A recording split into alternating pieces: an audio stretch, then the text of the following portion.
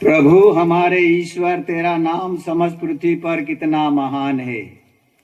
तेरी महिमा अपरंपार है। जब मैं तेरी सृष्टि को देखता हूँ तो मैं सोचता हूँ कि मनुष्य क्या है जो तू उसकी सुधि ले। स्त्रोत ग्रंथ नंबर 8। ख्रिस्त में प्रभु येशु ख्रिस्तમાં વાલા ભાઈઓ અને બહેનો, આજનો ધન ઘણો રૂપાળો છે અને ઘણો તાજો અને ખુશીનો દાડો છે।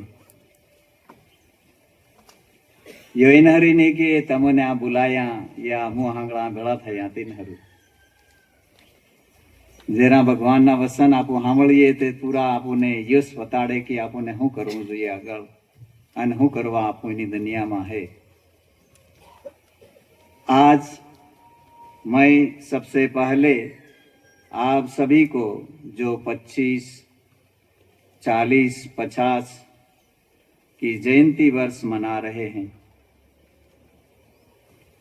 चाहे पुरोहिताई जीवन का हो, समर्पित जीवन, धर्म बहन का हो या विवाहित जीवन हो, हम सभी जानते हैं ये एक बुलाहट है और इस बुलाहट को स्वीकार करने के लिए ईश्वर ने हमें स्वतंत्रता दी है और स्वतंत्र इच्छा से हमने स्वीकार किया और उस स्वीकार्तित्व में बहुतों को खुशी मिलती है।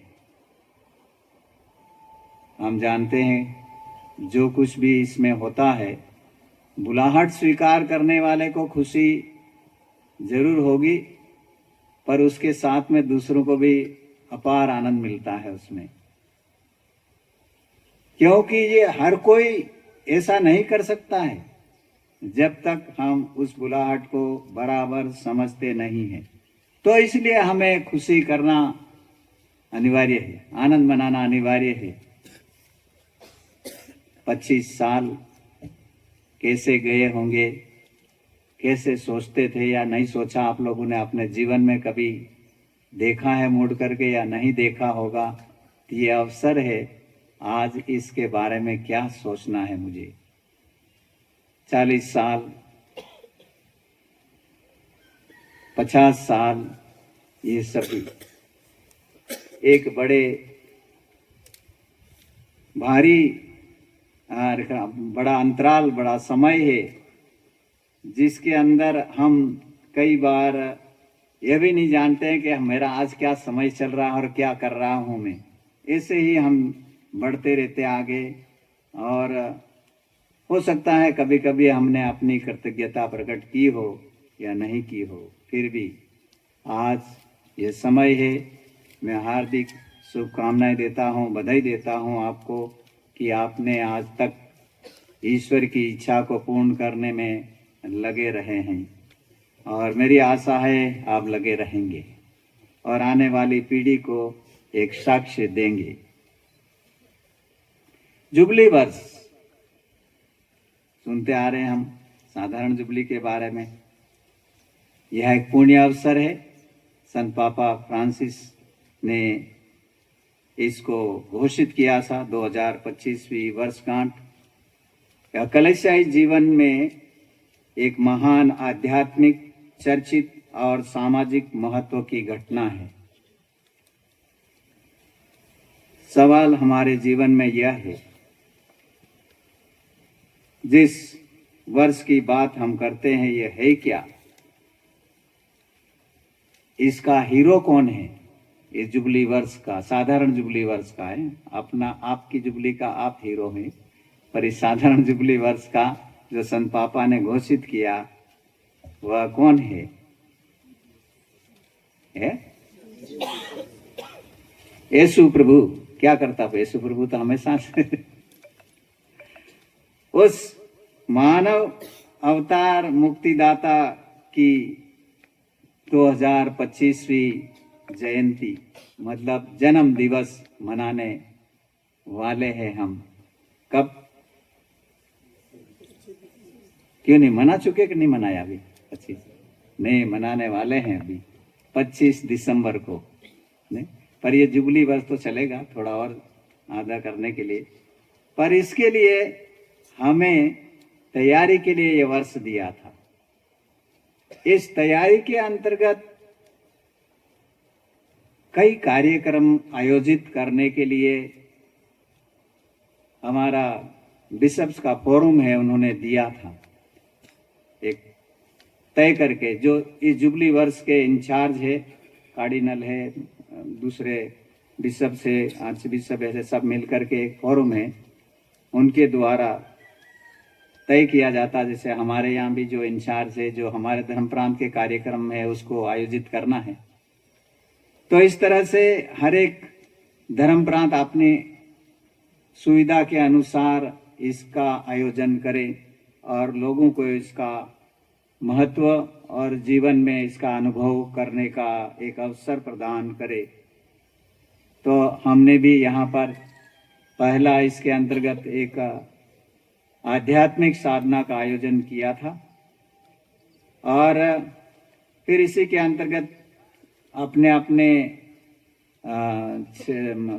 पल्लियों में अलग अलग आयोजन करने का वो पल्ली पुरोहित के ऊपर और पल्ली वासियों के ऊपर निर्भर है, तो वो भी करते आ रहे हैं। कई तरह के अलग अलग समुदाय के अंतर्गत इस तरह इस वर्ष को मनाते हुए इसको अपने आप में अपने जीवन में सार्थक करने के लिए हम कोशिश कर रहे हैं।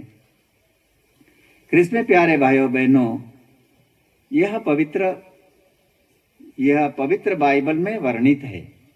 हम ऐसा नहीं सोचे कि ये क्या हो गया, पर वास्तव में इसको 1300 की सदी में ही इसको मनाना शुरू किया था। तो उस समय के बाद में कलीसिया इसे मनाती आ रही है, कैथोलिक कलीसिया के अंतर्गत। और इसलिए आज जो हमें मनन चिंतन करना है, ये बाइबल में वर्णित, विशेष करके इसकी अवधारणा लेवी ग्रंथ के 25वें अध्याय में मिलती है, जहां विश्राम वर्ष के रूप में दर्शाया गया है। इस विश्राम का मतलब होता है आराम करना, है नहीं? पूरा साल आराम करोगे क्या? विश्राम करने का मतलब है इसका अर्थ बहुत गहरा है। हमें वापस रुकना है, थोड़ा रुक करके मुड़ करके देखना है। देखते हैं लोगों को कैसे उस ध्यान उसमें रखते हैं। तो आप सोचो, एक बड़ी भारी जिम्मेदारी लेकर के आपने अपनी बुलाहट को स्वीकार किया और आपने इस जोड़े में जुड़ गए, दो जने मिल करके, दो परिवार मिलकर के एक तीसरा परिवार उत्पन्न किया आपने। कई बार हम उस शादी के समय भाषण सुनते हैं, कुछ बताते हैं और सुन करके हम बड़ी खुशी के साथ फेरा करते, जो भी हो करार करके चले जाते हैं। और आप लोग ही मूल्यांकन करना अभी जा करके कि आपका जीवन अब तक किसके साथ कैसा रहा है, नहीं? कौन इस स्थितियों में हमारे साथ रहा है? क्या वो जान वाला ताती हंगला या बंगजेड़ी तो या फिर कौन है तुम्हारा साथ देता रहा है अब तक और इसको, इस जीवन को आगे बढ़ा रहा है और आनंदमय के आनंद का अनुभव दे रहा है? वो सबसे महत्वपूर्ण है। तो इसको तैयारी के लिए आप लोग तो कोई कंप्लीट कर चुके होंगे। 2000 की बात हमने की तो आपका पूर्ण हो चुका है जुबली वर्ष मतलब। पर किसी 21 साल वाले हैं तो वो तो अभी इस साल में चल रहे हैं, तैयारी का वर्ष है और आखिरी में जा करके समाप्त हो जाएगा दिसंबर तक। तो इस तरह से हम चलते हैं।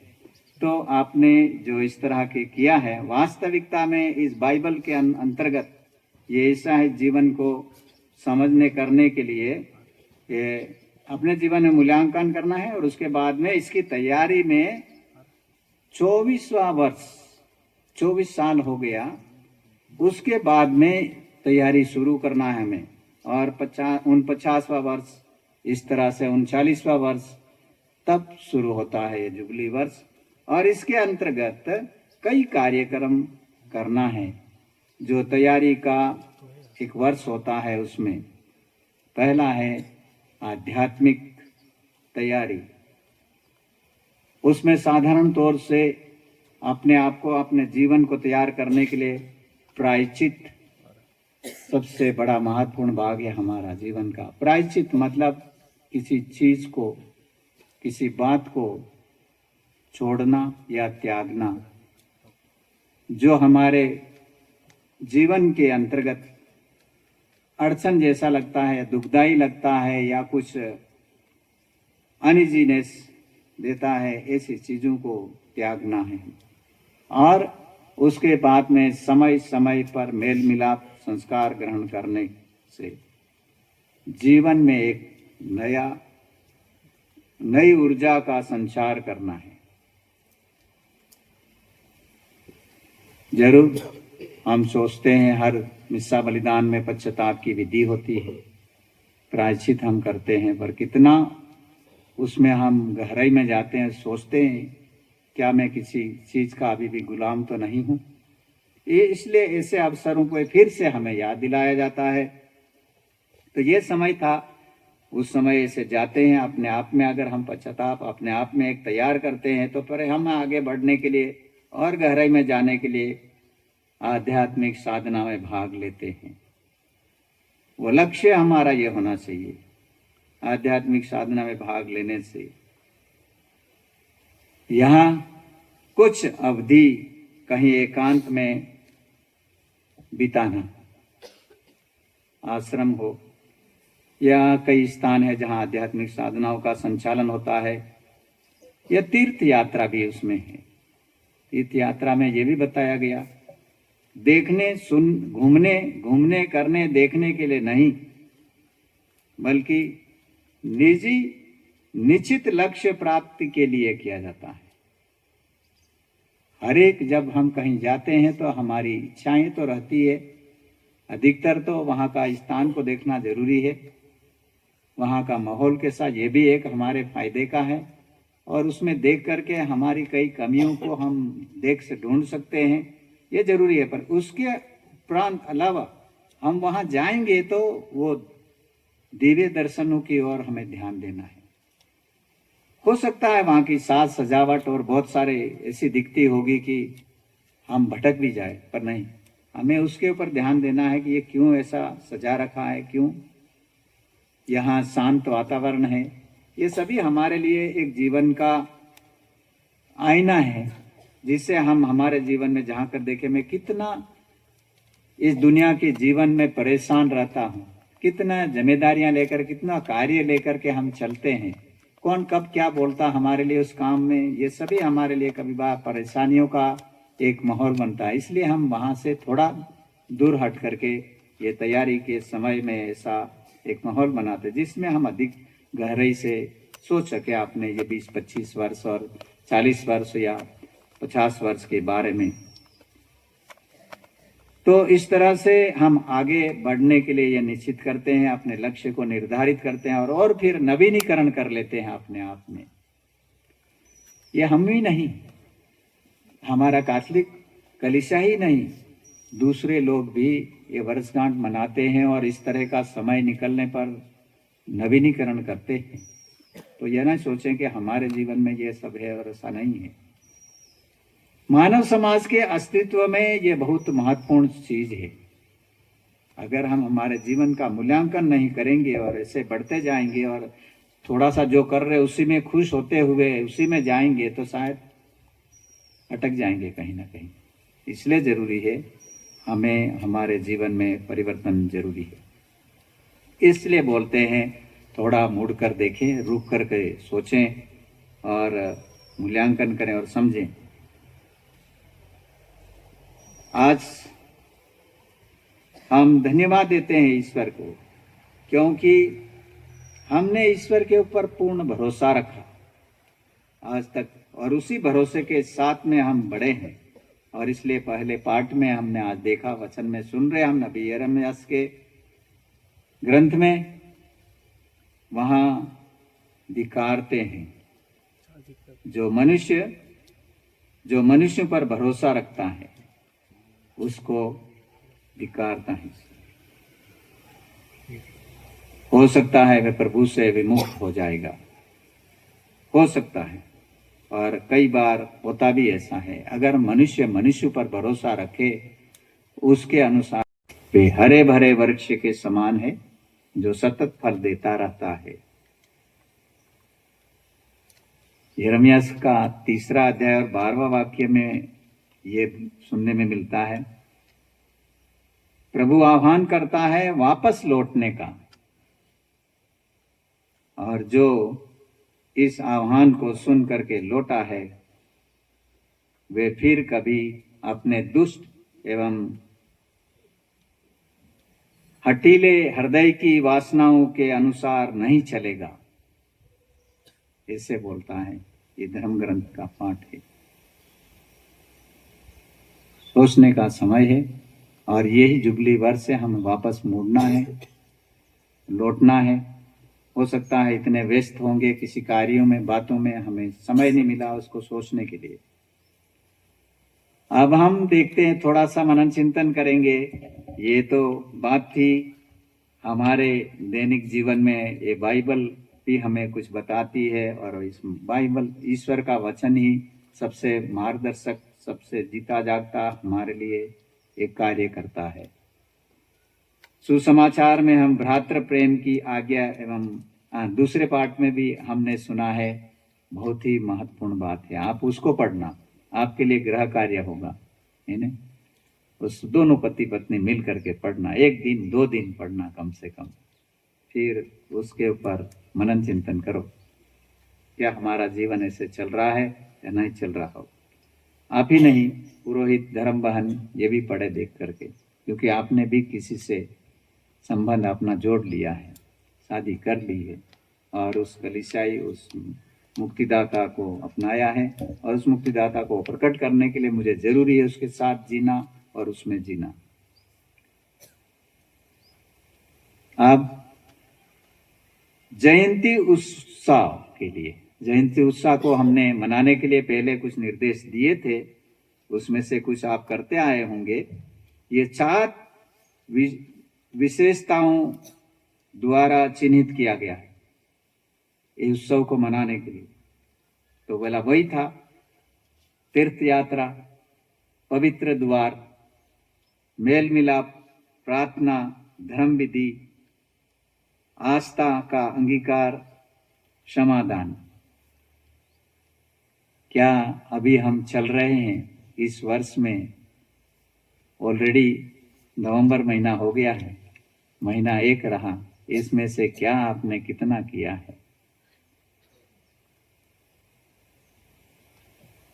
हो सकता है कोई सामूहिक आयोजन हो गया तो हम मेल मिलाप संस्कार और ये लेते होंगे, और कभी कभी हमने बोला है 2-3 जगहों को हमने निश्चित किया, आप वहां जा करके पूर्ण दंडमोचन का आह्वान करें, ईश्वर से थोड़ा समय देकर उस द्वार को प्रवेश करें।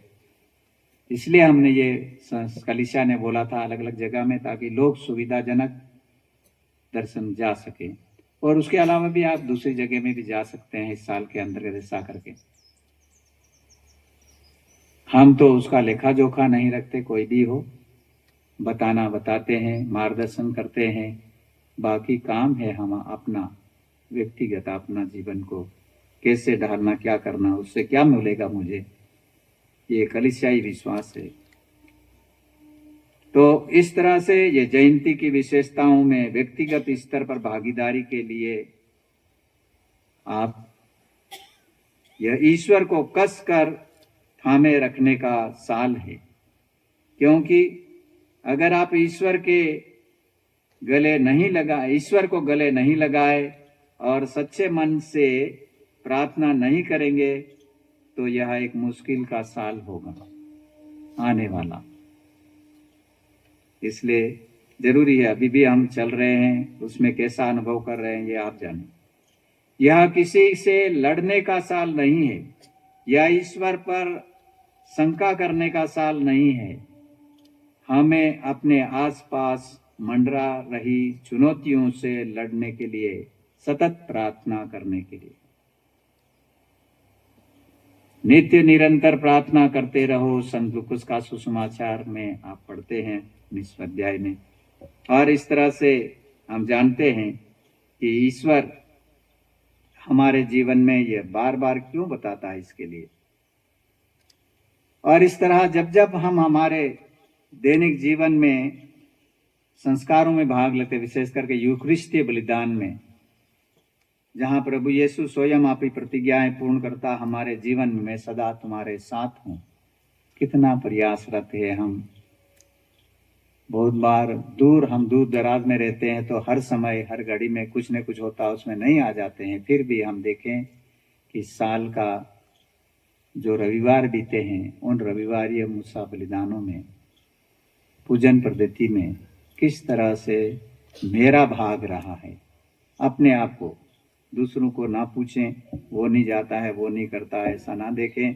अगर मैंने अच्छी तरह ऐसा कुछ किया है तो मेरे आने वाली संतान के लिए कितना संतान है, जो आने वाली प्रजा है उसके लिए कितना भाग अदा किया, उनके लिए प्रेरणा देने का। अगर ऐसा समय निकाल करके आप गए हैं तो एक प्रेरणा का स्रोत आप बने हैं। और इसके द्वारा संत पापा भी यह कहता है कि हजारों लाखों लोगों को बचाएंगे हम। इस तरह से आपने धार्मिक विश्वास को जी करके और धार्मिक क्रियाओं में भाग लेकर के आप और हम सोचते होंगे मैं क्या कर सकता हूं, अकेला व्यक्ति बहुत कुछ कर सकते हैं। इसलिए हमें इसका ध्यान करें। और क्योंकि ईश्वर क्रियाशील है, आज भी ईश्वर सक्रिय है और काम कर रहा है। पवित्र आत्मा उन लोगों तक सुसमाचार पहुंचा रहा है जिन्हें मदद की जरूरत है। वह यीशु की सुंदरता के प्रति उनकी आंखें खोल रहा है। हम कई बार सोचते होंगे प्रभु यीशु आया 2000 वर्ष पहले, मतलब बहुत समय हो गया, अभी 25 हो गया, 2025 वर्ष हो गया। कई लोग भी बोलते रहते हैं अभी भी क्यों उनके पीछे पड़ा, अभी भी क्यों माता मरियम के पीछे पड़े हुए हैं।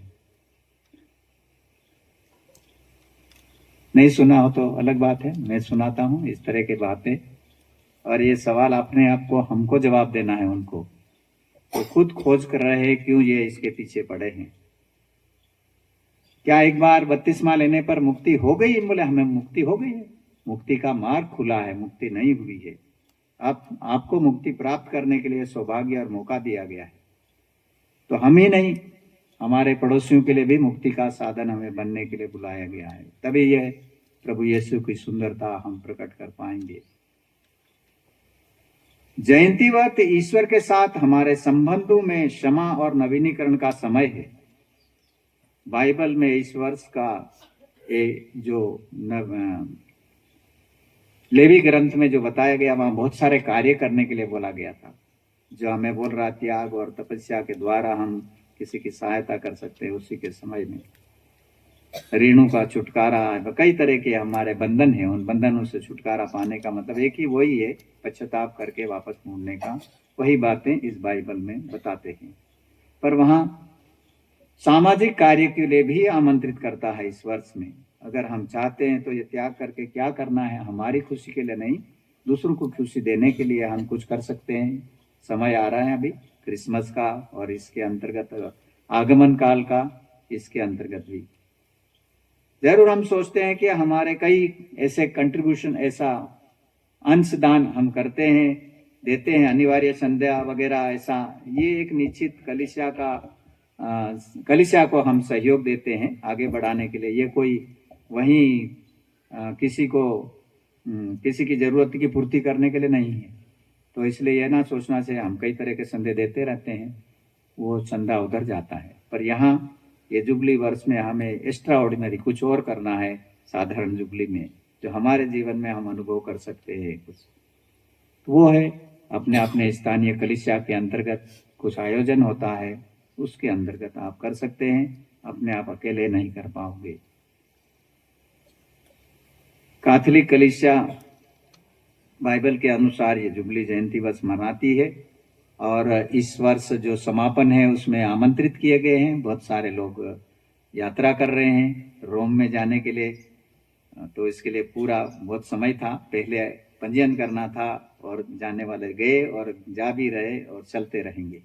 तो इस तरह के मैं नहीं बोलता हूँ कि वहीं जा करके हम सब पूर्ण कुछ प्राप्त कर सकते हैं, पर एक मौका देते थे। अन्यथा आपको वीज़ा मिलना ये सब बहुत कठिनाइयाँ हैं, तो इसके अंतर्गत वो सहयोग करते थे। अभी इस जयंती वर्ष में कुछ बातें हैं जो हमें लेके जाना अपने आप में। यहाँ 10 बातें इन्होंने दी है, वो है कानून। एक शब्द आप सुनते होंगे कानून, ये है क्या, यूं बोला तो यहाँ पर ये बताते हैं कानून जंजीर नहीं बल्कि एक दयालु राजा का आदेश है वो। दूसरा गवाहियां, गवाही देते ऐसे बोलते हैं हम, ये ईश्वर के चरित्र का प्रमाण है। तीसरा उपदेश, ईश्वर क्या इंगित करता है, क्या कह रहा है या मायना रखता है, उसमें हम ये समय का ये शब्द के अनुसार उसका जब सुनते हैं उपदेश, तो वह एक ईश्वर की बात को हम सामने अपने जीवन पटल पर रखते हैं। फिर दूसरी बार उपदेश कानून बताया ये है, स्थापित सत्य को, सत्य जो बदला नहीं जा सके। स्थापित एक सत्य है, उसको बदल नहीं सकते हैं, नहीं सकेंगे, बदले नहीं जा सकेंगे। आज्ञाएं, विकल्प नहीं, सिंहासन से आदेश है ये। आज्ञाएं जब हम जो बोलते हैं 10 आज्ञाएं ऐसे बोलते हैं, बहुत सारे दूसरे भी हो सकता है। कलीसिया क्या हमें आदेश देती है जिसको हम भलीभांति पालन करते हैं। निर्णय, यह देवीय निर्णय घोषित और अंतिम होता है। प्रकाशना ग्रंथ में आप लोग पढ़ोगे, आखिरी अध्यायों में 22वां अध्याय वास्तव उसमें पढ़ोगे तो आप इसके बारे में भी सुनोगे। और वचन, ईश्वर के हृदय और मन की जीवित अभिव्यक्ति। अगर हम उस ईश्वर के हृदय को समझने मांगते हैं और उस अभिव्यक्ति को जानने मांगते हैं अच्छी तरह से, तो हमारा मकसद है कि बाइबल ही हमारा जीवन का आधार है, मूल स्तंभ है। और इस वचन को पढ़ोगे, सुनाओगे, उतना अधिक आत्म कार्यशील होगा और अपने समाज को बदलेगा। वो या आब हवा को बदल के रख सकता है, पर हमारा विश्वास उस वचन पे ऐसा होना चाहिए और उसी विश्वास के साथ उसको घोषित करना है हमें। हम एक छोटा सा कार्य, मतलब लघु ख्रिस्ती BC, जो छोटे समुदाय में इकट्ठे होकर के हमें बाइबल का पठन करने का मतलब एक दूसरों को सहयोग करना। अगर इसके ऊपर विचार करें तो कितने जने हम थे कि इसको सीरियसली लिया हमने, हमारे इस कार्यों में गति दी है। सत्य मार्ग, ईश्वर को जानने वाले यात्री के लिए बनाया गया है मार्ग। तो चुनना हमारा काम है, किस मार्ग को हम चुने, किसके ऊपर आगे बढ़ें, किसके ऊपर चलें, किसके ऊपर पार करें। तो यह है वो सत्य। ये राय नहीं, प्रवृत्ति नहीं, सत्य सत्य है। उत्पत्ति ग्रंथ से आप सुनोगे, ईश्वर ने कहा मैं सत्य, मतलब सत्य। कोई दूसरा उसका डिफिनेशन नहीं है, कोई व्याख्याएं नहीं है उसकी। धार्मिकता, केवल वही नहीं जो अच्छा है, बल्कि वह जो पूर्ण अच्छा है। वे भजन में लहरों की तरह बार बार उभर आते हैं। ये एक शब्द है, ये वाक्य है कि अच्छा या धार्मिकता हमारे में फूटना है, ऐसे बोलते। हमारी धार्मिकता में जीवन जीना है और धार्मिकता को प्रकट करना है हमारे जीवन में, तो बहुत सारे त्याग करना पड़ता है, तपस्या करनी पड़ती है, तभी हम इस मूल मंत्र को समझेंगे और आगे बढ़ पाएंगे। कृष्ण में प्यारे भाइयों बहनों, हम संत पापा का जो आदेश है और वह है ना केवल हमारे लिए, ना केवल हमारे भाई बहन हमारे पड़ोस में उनके लिए, पर उनको ढूंढे जो संसार देखता नहीं, संसार की आंखें उन्हें देख नहीं पाती है। ऐसे कई तरह निग्लेक्टेड लोग जो बहिष्कृत है, समाज से भी किसी तरह से भी वंचित है, उनको जो सुविधा मिलना चाहिए वो नहीं मिल रही है। अगर आपको मालूम पड़ता है